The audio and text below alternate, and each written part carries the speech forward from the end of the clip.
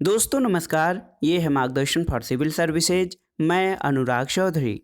दोस्तों यूपीपीसीएस प्रारंभिक परीक्षा के लिए महत्वपूर्ण प्रश्नों के टेस्ट श्रृंखला में प्रस्तुत है भारतीय अर्थव्यवस्था यानी इंडियन इकोनॉमी के महत्वपूर्ण प्रश्नों का अभ्यास सेट, जिसमें हम अर्थव्यवस्था से संबंधित परंपरागत प्रकार के प्रश्नों को सॉल्व करेंगे।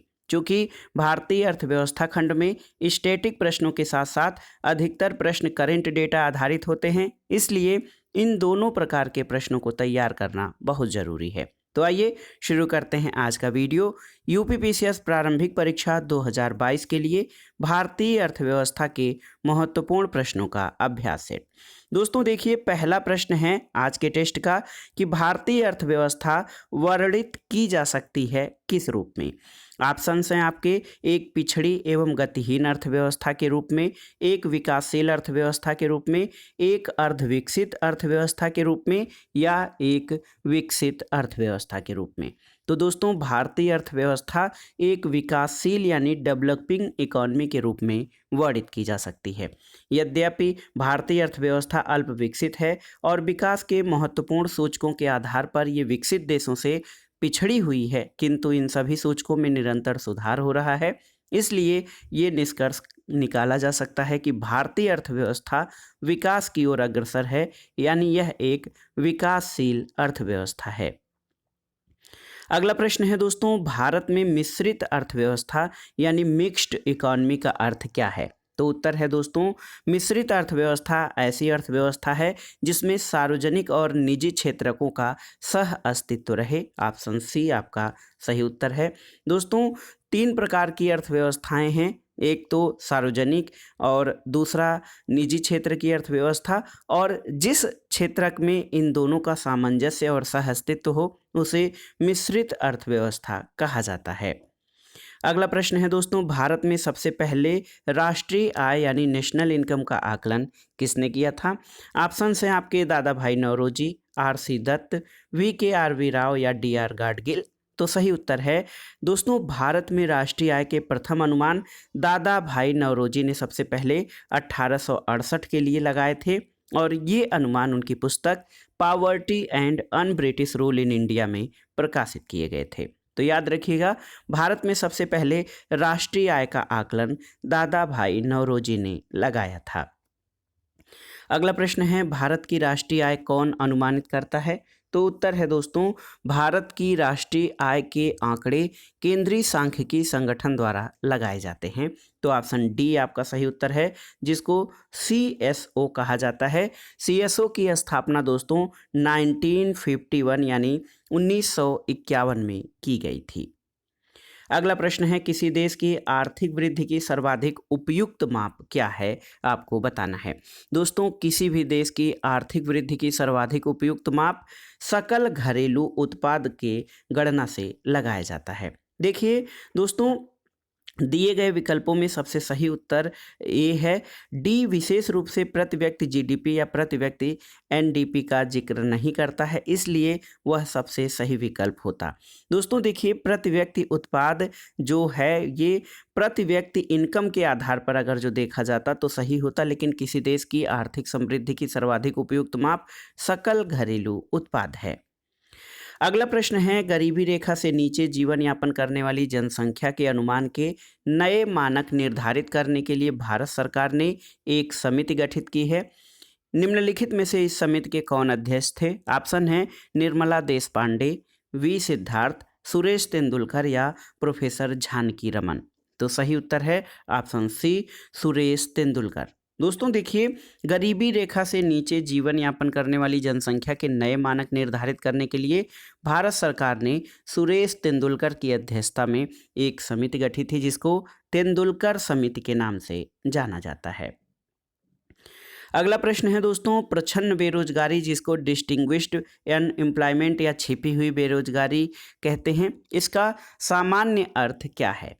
तो दोस्तों प्रच्छन्न बेरोजगारी का अर्थ होता है कि किसी बिजनेस में देखा जाए तो जहाँ पे दो व्यक्तियों की ज़रूरत हो वहाँ पर 4 व्यक्ति 6 व्यक्ति लगे हों लेकिन उनकी उत्पादकता शून्य हो। तो देखिए, श्रमिक की सीमांत उत्पादकता शून्य हो, ऐसी बेरोजगारी को प्रच्छन्न बेरोजगारी कहते हैं। प्रच्छन्न बेरोजगारी उस अवस्था को इंगित करता है जब कार्यरत जनबल में से कुछ श्रमिकों को हटा लिए जाने पर भी उत्पादन में कोई कमी नहीं आती है। भारत में जो कृषि क्षेत्रक है दोस्तों, इसमें अधिकतर प्रच्छन्न बेरोजगारी की स्थिति पाई जाती है। अगला प्रश्न है, भारत का योजना आयोग क्या है? तो उत्तर है, भारत का योजना आयोग दोस्तों ये संवैधानिक संस्था नहीं बल्कि गैर संवैधानिक संस्था है, क्योंकि संविधान में इसका जिक्र नहीं है और एक मंत्रिमंडलीय प्रस्ताव के आधार पर इसकी स्थापना की गई थी। तो देखिए, जो है योजना आयोग एक वैधानिक संस्था थी। 1 जनवरी को दोस्तों देखिए, 1 जनवरी 2015 को केंद्रीय मंत्रिमंडल के प्रस्ताव के माध्यम से योजना आयोग यानी प्लानिंग कमीशन के स्थान पर एक नया नीति आयोग, जिसको national institution for transforming India कहा जाता है, इसकी घोषणा की गई और नीति आयोग का अध्यक्ष प्रधानमंत्री होता है। 5 जनवरी 2015 को प्रधानमंत्री नरेंद्र मोदी द्वारा कोलंबिया विश्वविद्यालय के प्रोफेसर और एशियाई बैंक के पूर्व मुख्य अर्थशास्त्री रह चुके अरविंद पनगड़िया को नीति आयोग का पहला उपाध्यक्ष नियुक्त किया था। अगला प्रश्न है, भारतीय दलहन अनुसंधान संस्थान कहाँ पर है? तो सही उत्तर है Indian institute for pulses research. ये दोस्तों कानपुर कल्याणपुर में स्थित है। तो याद रखिएगा, भारतीय दलहन अनुसंधान संस्थान उत्तर प्रदेश के कानपुर नगर में स्थित है। अगला प्रश्न है, कृषि वित्त और पुनर्वित्त में सबसे बड़ी संस्था कौन सी है? ऑप्शन है क्षेत्रीय ग्रामीण बैंक, नाबार्ड, केंद्रीय सहकारी बैंक या भूमि विकास बैंक। तो सही उत्तर है नाबार्ड। नाबार्ड क्या है? तो ये राष्ट्रीय कृषि एवं ग्रामीण विकास बैंक को कहा जाता है। National bank for agriculture and rural development, ये हमारे देश में कृषि शाख के लिए राष्ट्रीय स्तर पर शीर्ष संस्था है। नाबार्ड की स्थापना 12 जुलाई 1982 को की गई थी और आप जानते हैं कि देश में कृषि क्षेत्र को वित्त उपलब्ध कराने वाली ये सर्वोच्च संस्था है। इसका मुख्यालय मुंबई में है और नाबार्ड रिजर्व बैंक द्वारा अनुसूचित वाणिज्यिक बैंकों, क्षेत्रीय ग्रामीण बैंकों, राज्य कोऑपरेटिव बैंक यानी राज्य सहकारी बैंक और राज्य भूमि विकास बैंकों आदि को उनके द्वारा कृषि एवं ग्रामीण विकास हेतु प्रदत्त ऋणों का पुनर्वित्तीयन भी करता है। अगला प्रश्न है, भारतीय अर्थव्यवस्था में कृषि का महत्व उसके किस योगदान से जाना जाता है? देखिए, राष्ट्रीय आय तथा रोजगार, औद्योगिक विकास तथा अंतर्राष्ट्रीय व्यापार, खाद्यान्न आपूर्ति या उपरोक्त सभी। तो सही उत्तर है, भारतीय अर्थव्यवस्था में कृषि का महत्व खाद्यान्नों की आपूर्ति के कारण जाना जाता है। और आप देख सकते हैं दोस्तों, भारतीय अर्थव्यवस्था में अब कृषि का सर्वाधिक महत्वपूर्ण स्थान इसलिए है क्योंकि ये खाद्यान्न आपूर्ति का एकमात्र स्रोत है, जबकि औद्योगिक विकास और अंतर्राष्ट्रीय व्यापार में इसका योगदान नगण्य है और राष्ट्रीय आय और रोजगार में भी अब इसका योगदान सेवा क्षेत्र में विस्तार होने के कारण घटता जा रहा है। अगला प्रश्न है, निम्नलिखित में से कौन सा भारतीय कृषि की निम्न उत्पादकता का कारण नहीं है? ऑप्शन है जनसंख्या का दबाव, प्रच्छन्न बेरोजगारी, सहकारी कृषि या भूजोत का छोटा आकार। तो सही उत्तर है दोस्तों सहकारी कृषि या कोऑपरेटिव फार्मिंग, ये भारतीय कृषि की निम्न उत्पादकता का कारण नहीं है, जबकि जनसंख्या, प्रच्छन्न बेरोजगारी और भूजोत के छोटे आकार ये कृषि जोत के या कृषि के निम्न उत्पादकता के कारण है। दोस्तों, कृषि उत्पादकता के प्रमुख कारण देख लेते हैं। इसमें सामान्य कारण लोगों की कृषि में बहुत अधिक संख्या में कार्यरत होना, इसके अलावा संस्थात्मक कारण जोत का आकार, भूपट्टेदारी और तकनीकी कारण यानी उत्पादन की पिछड़ी तकनीकों का प्रयोग, ये सभी भू उत्पादकता के या कृषि उत्पादकता निम्न होने के कारण हैं, जबकि सहकारी कृषि ये कृषि के उत्पादकता बढ़ाने में सहयोग करती है। अगला प्रश्न है दोस्तों सिडबी। देखिए, सिडबी की स्थापना की गई है किस लिए? तो उत्तर है सिडबी, जिसको कि small industries development bank of India कहा जाता है। दोस्तों, इसकी स्थापना लघु स्तरीय उद्योगों को वित्त प्रदान करने के लिए की गई है। देखिए, देश के लघु स्तरीय उद्योगों को वित्त प्रदान करने के लिए सिडबी की स्थापना की गई। 1988-89 के बजट में इसकी स्थापना की घोषणा की गई थी और भारतीय लघु उद्योग विकास बैंक इसने 2 अप्रैल 1990 से कार्य करना प्रारंभ किया था।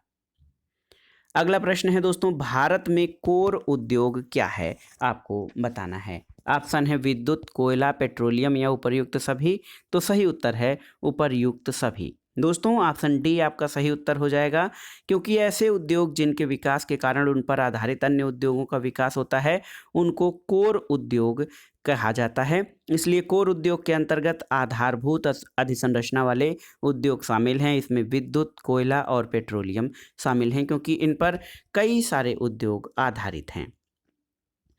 अगला प्रश्न है दोस्तों, निक्की क्या है? तो आप जानते हैं निक्की टोक्यो स्टॉक एक्सचेंज में अंश मूल्य का सूचकांक है, जिसको निक्की या निक्केई कहा जाता है। ये टोक्यो स्टॉक एक्सचेंज जापान का शेयर मार्केट सूचकांक है। अगला प्रश्न है, निम्नलिखित में से कौन सा भारत के शेयर बाजार के कार्य को नियंत्रित करता है? तो भारत में शेयर बाजार के कार्य को नियंत्रित करता है सेबी। सेबी दोस्तों आप जानते हैं कि securities and exchange board of India, जो सेबी है, ये भारत में शेयर बाजार के कार्य को नियंत्रित करता है। ये एक गैर संवैधानिक निकाय है जिसकी स्थापना 12 अप्रैल 1988 को राष्ट्रीय प्रतिभूति और विनिमय बोर्ड के रूप में की गई थी। सेबी अधिनियम 1992 के द्वारा इसे संवैधानिक दर्जा दिया गया और सेबी का मुख्यालय मुंबई में स्थित है। अगला प्रश्न है दोस्तों, दलाल स्ट्रीट कहाँ पर स्थित है? तो आप जानते हैं भारत का जो शेयर मार्केट है दलाल स्ट्रीट, ये मुंबई में स्थित है। ऑप्शन सी सही उत्तर है। अगला प्रश्न है, निम्नलिखित में से कौन सा युग्म सही सुमेलित है? आपको बताना है। तो देखिए यहाँ पर बम्बई स्टॉक एक्सचेंज सेंसेक्स, ये आपका सही सुमेलित है। राष्ट्रीय स्टॉक एक्सचेंज जो है हमारा, ये क्या है? ये निफ्टी NSE है। इसके अलावा न्यूयॉर्क स्टॉक एक्सचेंज, ये आपका न्यूयॉर्क स्टॉक एक्सचेंज को डॉ जोन्स कहा जाता है और लंदन स्टॉक एक्सचेंज को दोस्तों फिट्सी या FTSE इंडेक्स कहा जाता है। तो इसमें केवल एक सही सुमेलित है, बम्बई स्टॉक एक्सचेंज को सेंसेक्स कहा जाता है। अगला प्रश्न है, निम्नलिखित में से कौन सा कथन सही नहीं है? RBI देश का केंद्रीय बैंक है, ये आपका सही है। RBI केंद्रीय एवं राज्य सरकारों का बैंकर है, ये भी सही है। और RBI देश की विदेशी विनिमय निधि का अभिरक्षक या संरक्षक है, सही है। RBI की स्थापना 1949 में हुई थी, तो ये सही नहीं है, क्योंकि RBI की स्थापना आप जानते हैं कि 1935 में की गई थी। तो दोस्तों अन्य सभी कथन सही हैं। डी आपका सही नहीं है कि RBI की स्थापना 1949 में, बल्कि इसकी स्थापना 1 अप्रैल 1935 को 5 करोड़ रुपए की प्राधिकृत पूंजी के साथ की गई थी। 1949 में इसका राष्ट्रीयकरण किया गया था। अगला प्रश्न है दोस्तों, बैंक दर से क्या अभिप्राय है? किस ब्याज दर से? तो सही उत्तर है बैंक दर उस ब्याज दर को कहते हैं जो कि भारतीय रिजर्व बैंक द्वारा व्यापारिक बैंकों को दिए जाने वाले ऋणों पर लिया जाता है। तो बैंक दर से अभिप्राय उस ब्याज दर से है जो भारतीय रिजर्व बैंक द्वारा व्यापारिक बैंकों को दिए जाने वाले ऋणों पर लिया जाता है। अगला प्रश्न है, निम्नलिखित कथनों पर विचार कीजिए। इसमें से आपको बताना है कि कौन सा कथन सही है। रेपो दर ऐसी दर है जिस पर अन्य बैंक भारतीय रिजर्व बैंक से धनराशि उधार लेते हैं, ये सही है। और किसी देश के गिनी गुणांक के मान का अभिप्राय है कि उस देश की जनता में प्रत्येक की आय पूर्णतः समान है, तो ये आपका सही नहीं। केवल एक कथन, जो कथन एक है, ये आपका सही है। दोस्तों देखिए, रेपो दर वह दर है जिस पर अन्य बैंक रिजर्व बैंक से उधार लेते हैं, और रेपो दर की परिभाषा ये है कि रेपो दर वह दर है जिस पर भारतीय रिजर्व बैंक अन्य बैंकों को अल्पकालिक उधार देता है। कथन एक सही है। कथन दो सही नहीं है, क्योंकि गिनी गुणांक या गिनी मल्टीप्लायर किसी आवृत्ति वितरण के संकेंद्रण को मापने वाला गुणांक है, और किसी देश के गिनी गुणांक के एक मान का अभिप्राय है कि उस देश की जनता में प्रत्येक की आय पूर्णता असमान होगी। वितरण में जैसे जैसे असमानता बढ़ेगी वैसे वैसे गुणांक का मान बढ़ेगा, और पूर्ण संकेंद्रण की अवस्था में ये एक होगा। अगला प्रश्न है दोस्तों, देखिए बहुत ही महत्वपूर्ण है। भारत सरकार ने 14 बड़े व्यापारिक बैंकों का राष्ट्रीयकरण कब किया है? तो सही उत्तर है दोस्तों भारत सरकार द्वारा 1969 में, ये महत्वपूर्ण प्रश्न बार बार पूछा जाता है, 1969 में 14 बड़े बैंकों का राष्ट्रीयकरण किया गया था और बैंकों को अधिक समाजयोगी बनाने के उद्देश्य से 14 बड़े व्यापारिक बैंक, जिसमें central bank of India, Punjab national bank, Canara bank, united commercial bank, syndicate bank, bank of Baroda, united bank of India, union bank, Dena bank, Allahabad bank, Indian bank, Indian overseas bank और बैंक ऑफ महाराष्ट्र का 19 जुलाई 1969 को राष्ट्रीयकरण किया गया था।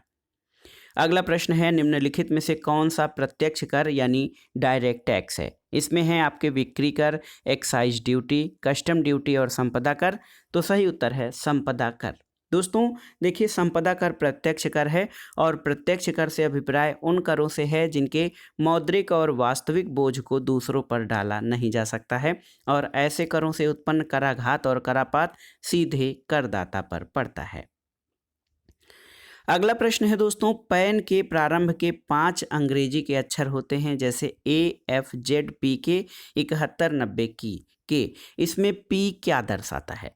तो उत्तर है दोस्तों, पैन के जो अक्षरों में, प्रारंभिक 5 अक्षरों में P जो होता है, ये व्यक्तिगत यानी पर्सनल को दर्शाता है। देखिए, अस्थाई खाता संख्या या पैन आयकर विभाग द्वारा लेमिनेटेड कार्ड के रूप में निर्गत किया जाता है।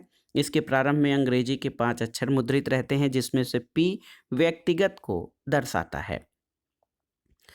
अगला प्रश्न है दोस्तों, वित्त आयोग के गठन के बारे में क्या सही है? तो उत्तर है, वित्त आयोग एक संवैधानिक संस्था है और इसका गठन 5 वर्ष में एक बार होता है। ऑप्शन सी सही उत्तर हो जाएगा। दोस्तों, भारतीय संविधान के अनुच्छेद 280 के अंतर्गत वित्त आयोग का गठन प्रत्येक 5 वर्ष पर किए जाने की व्यवस्था है। आवश्यकता पड़ने पर इसका गठन समयावधि से पहले भी किया जा सकता है। यह एक कॉन्स्टिट्यूशनल बॉडी है जिसमें एक अध्यक्ष और 4 सदस्य होते हैं।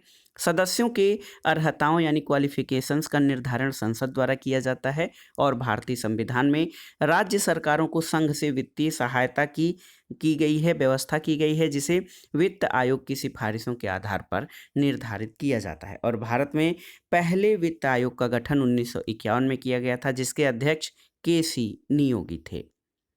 अगला प्रश्न है, कौन से 2 परोक्ष कर हैं यानी अप्रत्यक्ष कर हैं? तो देखिए दोस्तों, बिक्री कर और उत्पाद शुल्क ये इनडायरेक्ट टैक्स हैं। बिक्री कर केंद्र सरकार द्वारा लगाए जाने वाले परोक्ष करों में उत्पाद शुल्क, बिक्री कर, सेवा कर और सीमा शुल्क हैं। दोस्तों, इनके स्थान पर अब एकीकृत GST की व्यवस्था की गई है। अगला प्रश्न है, भारत सरकार की राजकोषीय नीति यानी फिस्कल पॉलिसी निम्न में से क्या उद्देश्य नहीं है? ऑप्शन है पूर्ण रोजगार, मूल्य स्थिरता, अंतर्राज्यीय व्यापार का नियमन या धन और आय का न्यायोचित वितरण। तो सही उत्तर है अंतर्राज्यीय व्यापार का नियमन, ये भारत सरकार की राजकोषीय नीति का उद्देश्य नहीं है, जबकि रोजगार, मूल्य स्थिरता और धन का न्यायोचित वितरण इसमें शामिल हैं। अगला प्रश्न है दोस्तों, अंतर्राष्ट्रीय मौद्रिक और वित्तीय समिति यानी international monetary and financial committee, इसके संदर्भ में निम्नलिखित कथनों पर विचार कीजिए। IMFC विश्व अर्थव्यवस्था से सरोकार रखने वाले विषयों पर चर्चा करता है और अंतर्राष्ट्रीय मुद्रा कोष को उसके कार्य की दिशा में सलाह देता है। तो ये आपका सही है। दूसरा कथन है, IMFC की बैठकों में विश्व बैंक प्रेक्षक की भांति भाग लेता है। तो ये दोनों ही कथन सही हैं दोस्तों, 1 और 2 दोनों। देखिए, ऑप्शन सी आपका सही उत्तर हो जाएगा। अंतर्राष्ट्रीय मौद्रिक और वित्तीय समिति जो है, ये अंतर्राष्ट्रीय मुद्रा कोष के बोर्ड ऑफ गवर्नर्स को सलाह देने वाली मंत्रिस्तरीय समितियों में से एक है और IMFC में 24 सदस्य होते हैं, जिन्हें 187 गवर्नरों के पूल में से चुना जाता है। इनकी वर्ष में 2 बैठकें होती हैं, जिसमें विश्व अर्थव्यवस्था से सरोकार रखने वाले विषयों पर चर्चा की जाती है और ये समिति IMF को उसके कार्य दिशा के संदर्भ में सलाह देती है। IMFC की बैठकों में विश्व बैंक सहित अन्य अंतर्राष्ट्रीय संस्थाओं को प्रेक्षक के रूप में भाग लेते हैं। अगला प्रश्न है दोस्तों, भारत में राज्यों के देखिए अवस्थापन सुधार के लिए ऋण और अनुदान निम्नलिखित में से किस एक संस्था द्वारा दिए जाते हैं? तो ये है विश्व बैंक यानी वर्ल्ड बैंक। दोस्तों, पुनर्निर्माण और विकास के लिए अंतर्राष्ट्रीय बैंक को IDA, IFC, मीगा, ICSID के साथ मिलकर विश्व बैंक कहा जाता है। और इसकी स्थापना आईएमएफ के साथ 1945 में हुई थी। भारत के आर्थिक विकास की गति को तेज करने में विश्व बैंक ने देश की विकास परियोजनाओं में दीर्घकालीन पूंजी निवेश करके अभूतपूर्व योगदान दिया है और इसमें देश की परिवहन, संचार, सिंचाई, शिक्षा, जलापूर्ति, विद्युत, जनसंख्या नियंत्रण, सरकार, सड़क निर्माण, ये सभी योजनाएं शामिल हैं। अगला प्रश्न है दोस्तों, निम्नलिखित में से कौन सा एक वित्तीय समावेशन यानी फाइनेंशियल इंक्लूजन का अर्थ क्या नहीं है या उद्देश्य क्या नहीं है। दोस्तों, वित्तीय समावेशन, देखिए, ये गरीब आदमी के लिए वित्तीय सेवाओं का विस्तार करना वित्तीय समावेशन का उद्देश्य है। कमजोर व्यक्ति के संभावित समृद्धि के द्वार खोलना भी है। बैंकिंग अधोसंरचना को सिकोड़ना ये नहीं है। ग्रामीण क्षेत्रों में वित्तीय सेवाओं का प्रसार ये है। तो दोस्तों, वित्तीय समावेशन का मतलब ये है कि जो वित्तीय संस्थाएं हैं उनका उद्देश्य ज़्यादा से ज़्यादा लोगों को वित्तीय व्यवस्था में, फाइनेंशियल सिस्टम में शामिल करना ताकि उनके विकास के उपाय किए जा सकें। इसमें बैंकिंग सेवाओं का विस्तार शामिल है, न कि बैंकिंग अधोसंरचना को सिकोड़ना शामिल है। तो ऑप्शन सी आपका उत्तर हो जाएगा कि ये वित्तीय समावेशन का उद्देश्य नहीं है। अगला प्रश्न है दोस्तों, नीति आयोग की स्थापना किस प्रकृति की संस्था के रूप में की गई है। तो सही उत्तर है, नीति आयोग न तो संवैधानिक है, न सांविधिक है, न ही विधिक है, इनमें से कोई नहीं। तो दोस्तों, केंद्र सरकार द्वारा थिंक टैंक के रूप में नीतिगत और दिशा निर्देश गतिशीलता देने के लिए केंद्र और राज्य स्तरों पर सरकार को नीति के प्रमुख कारकों में महत्वपूर्ण रणनीतिक तकनीकी कारकों पर सहयोग प्रदान करने के लिए दोस्तों योजना आयोग के स्थान पर 1 जनवरी 2015 को नीति आयोग की स्थापना की गई है। यह एक गैर संवैधानिक निकाय है जिसको केंद्रीय मंत्रिमंडल के प्रस्ताव द्वारा स्थापित किया गया है।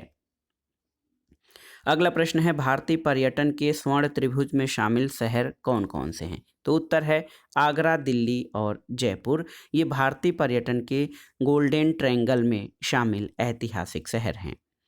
अगला प्रश्न है दोस्तों, इंटीग्रेटेड लो कास्ट सैनिटेशन योजना के संबंध में कौन से कथन सही हैं। देखिए, ये व्यवस्था साझेदारी के आधार पर वित्त पोषित है, ये आपका सही है। दूसरा है कि इसमें केंद्रीय राज्य योगदान 75% सही है।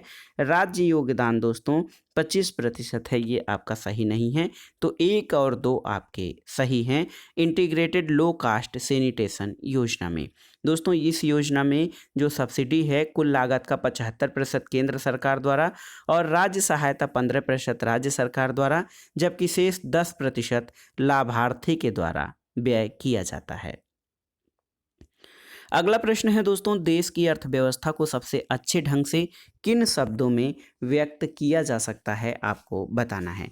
ऑप्शन है लाभकारी अर्थव्यवस्था, समाजवादी अर्थव्यवस्था, परंपरागत अर्थव्यवस्था या फिर मिश्रित अर्थव्यवस्था। तो दोस्तों, भारत की अर्थव्यवस्था को मिश्रित अर्थव्यवस्था कहा जाएगा क्योंकि यहाँ सार्वजनिक क्षेत्र के साथ साथ निजी क्षेत्रकों का भी अस्तित्व है।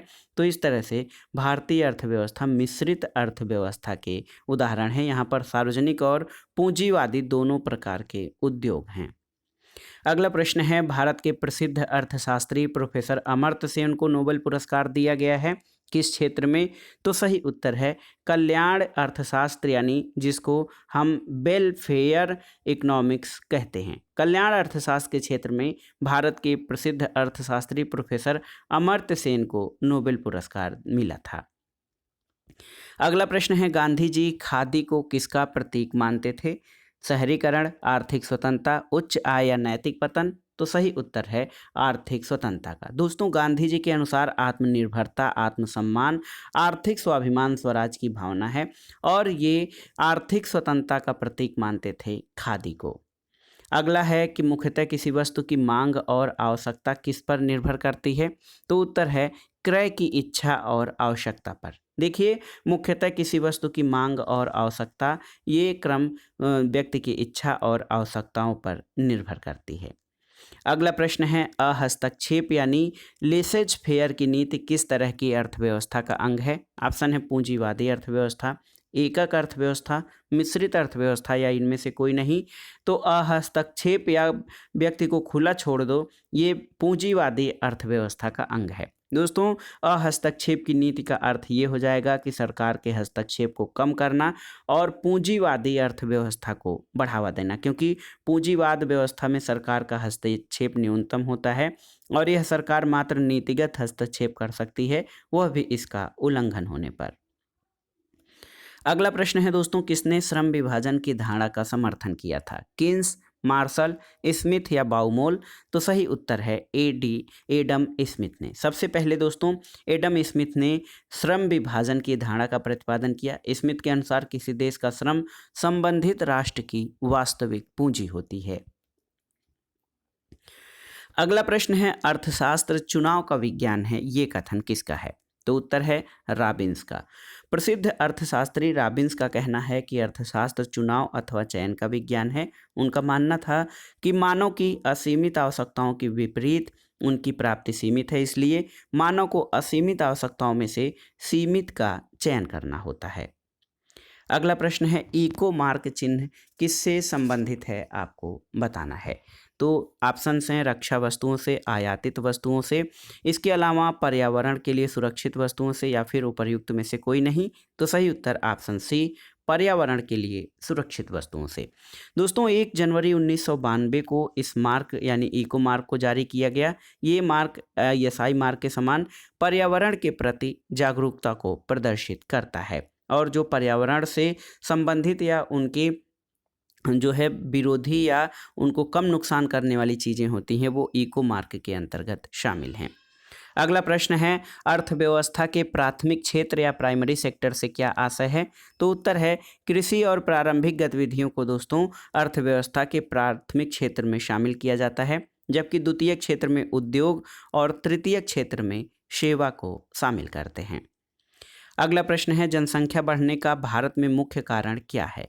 मृत्यु दर में कमी, आर्थिक प्रगति, कम आयु में विवाह या जन्म दर में वृद्धि?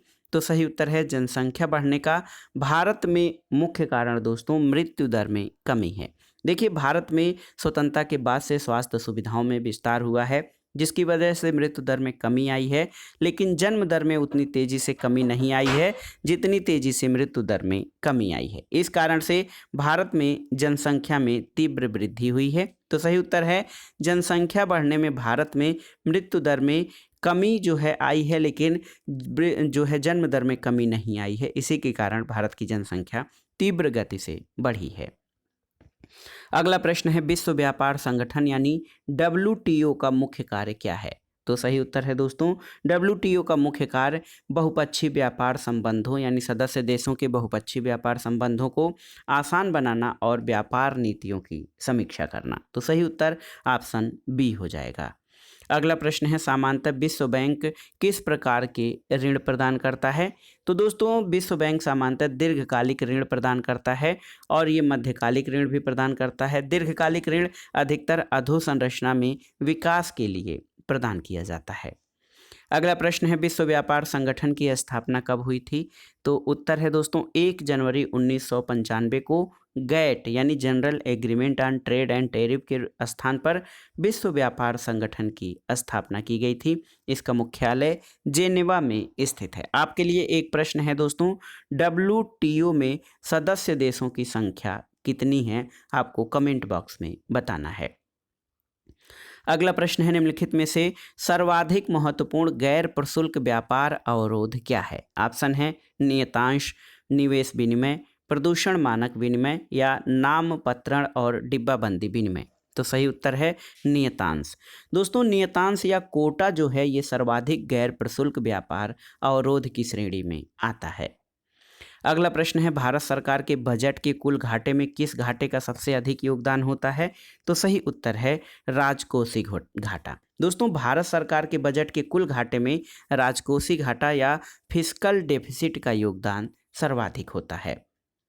अगला प्रश्न है, अस्थायी तौर पर मुद्रास्फीति को नियंत्रित करने के लिए किस विधि का या किस नीति का प्रयोग किया जाता है? वेतन वृद्धि, मुद्रा आपूर्ति में कमी, मूल्यों में कमी या इनमें से कोई नहीं?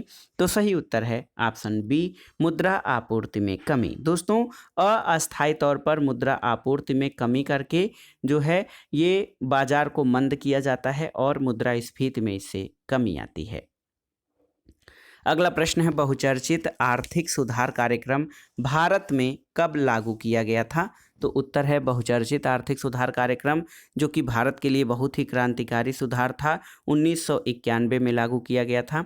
भारत में 1980 के दशक में बढ़ते राजकोषीय घाटे, खाड़ी युद्ध और भुगतान संतुलन की खराब स्थिति के कारण 1991 में आर्थिक सुधार कार्यक्रम लागू किए गए। इसमें दोस्तों उदारीकरण की नीति को अपनाया गया था और भारतीय अर्थव्यवस्था को विश्व अर्थव्यवस्था के समक्ष जो है आवागमन या निर्बाध आपूर्ति के लिए खोल दिया गया था। अगला प्रश्न है भारत में शेयर बाजारों के लिए मुख्य नियंत्रक का कार्य कौन सा संगठन करता है? तो आप जानते हैं सेबी यानी भारतीय प्रतिभूति और विनिमय बोर्ड भारत के शेयर बाजारों का नियमन और नियंत्रण करता है। देखिए सेबी भारतीय प्रतिभूति और विनिमय बोर्ड, इसका गठन एक गैर अनुविहित संस्था के रूप में सरकार के प्रस्ताव द्वारा 12 अप्रैल 1988 को किया गया था। 30 जनवरी 1992 को एक अध्यादेश जारी करके इसे एक अनुविहित संस्था का दर्जा दिया गया और इसका कार्य स्टॉक एक्सचेंजों के कामकाज और किसी भी अन्य प्रतिभूति बाजार का नियमन करना है।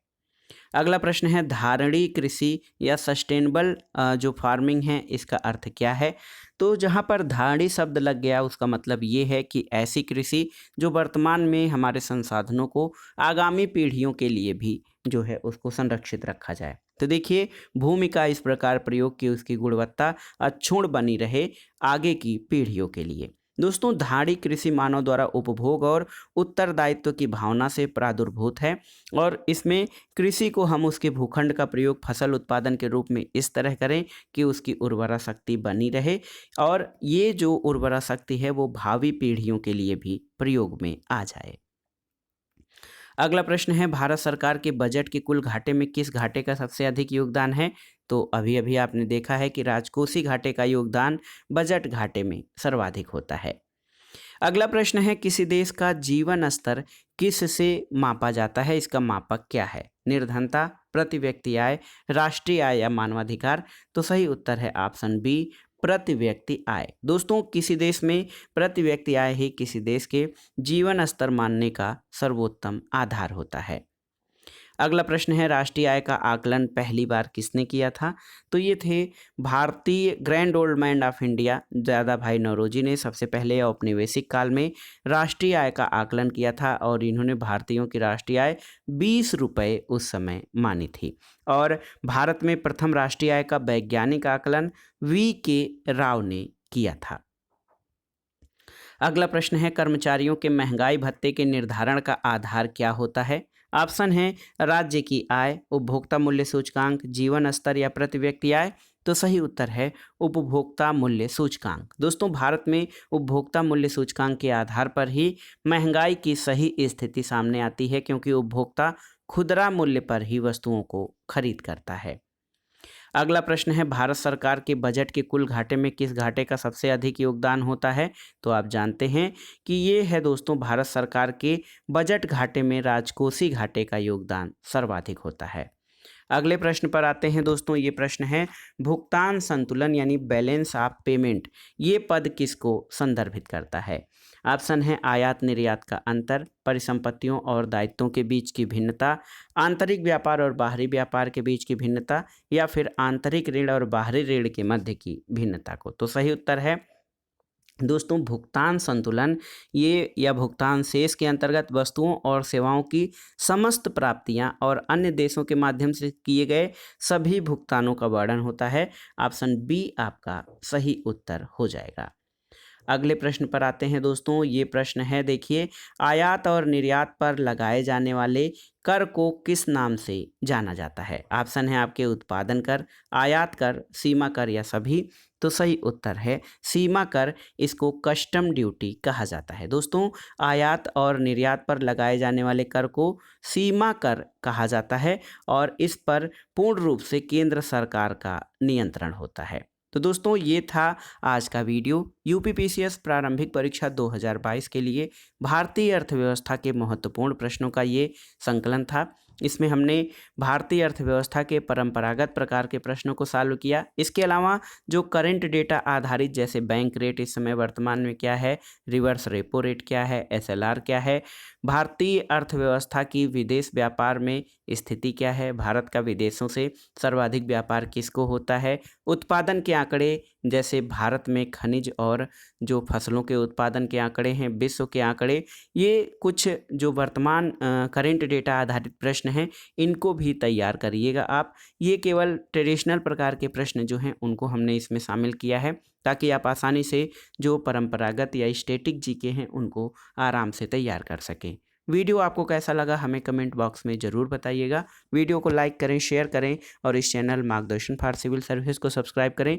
वीडियो देखने के लिए धन्यवाद। नमस्कार दोस्तों।